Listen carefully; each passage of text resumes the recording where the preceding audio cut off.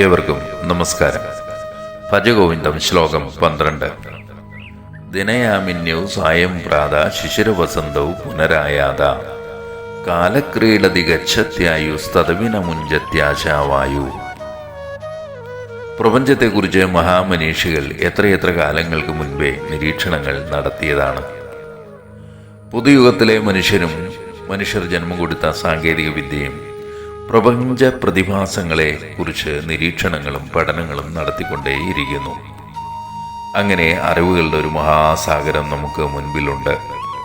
അനന്തമായ ഈ ബ്രഹ്മാണ്ടം മുഴുവനും അനുനിമിഷം ചലിച്ചുകൊണ്ടിരിക്കുകയാണ്. ഒന്നും ഒരിടത്തും നിശ്ചലമായി നിലനിൽക്കുന്നില്ല. അതിലെ ചെറിയൊരു ഗ്രഹമായ ഭൂമിയും ചലിക്കുന്നു. പ്രകൃതിയിൽ അതിന് അനുസൃതമായ മാറ്റങ്ങൾ സംഭവിക്കുന്നു. എന്നാൽ ഈ മാറ്റങ്ങൾ ഏറെക്കുറെ സമാന സ്വഭാവം ഉള്ളവയാണ്. ആവർത്തനങ്ങളാണ്, ക്രമപ്പെടുത്തിയ ഒരു ചാലിലൂടെയുള്ള സഞ്ചാരങ്ങളാണ്. അതിനാലാണ് കലണ്ടറുകൾക്കും ഘടികാരങ്ങൾക്കും രൂപം നൽകാൻ മനുഷ്യന് കഴിഞ്ഞത്, കാലാവസ്ഥയെ നിർണയിക്കാൻ ആകുന്നത്. പകലും രാത്രിയും ഇവിടെ കൃത്യമായ ഇടവേളകളിൽ മാറി മാറി വരുന്നു. സായാഹ്നവും പ്രഭാതവും എത്തുന്നതും അതുപോലെ തന്നെ.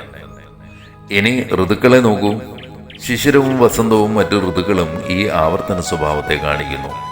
ഇത് കാലത്തിൻ്റെ ഒരു മഹാലീലയാണ്.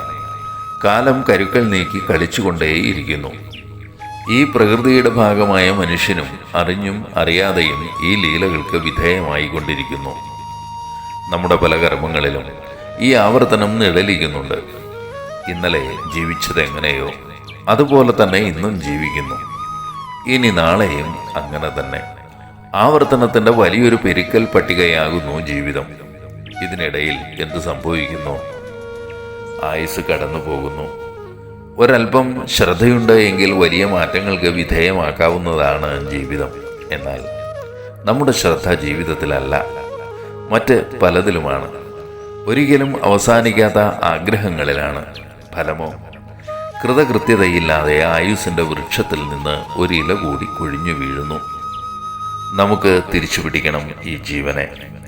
അതിൻ്റെ അനന്ത സാധ്യതയിലേക്ക് ഉണർത്തണം, ഉയർത്തണം.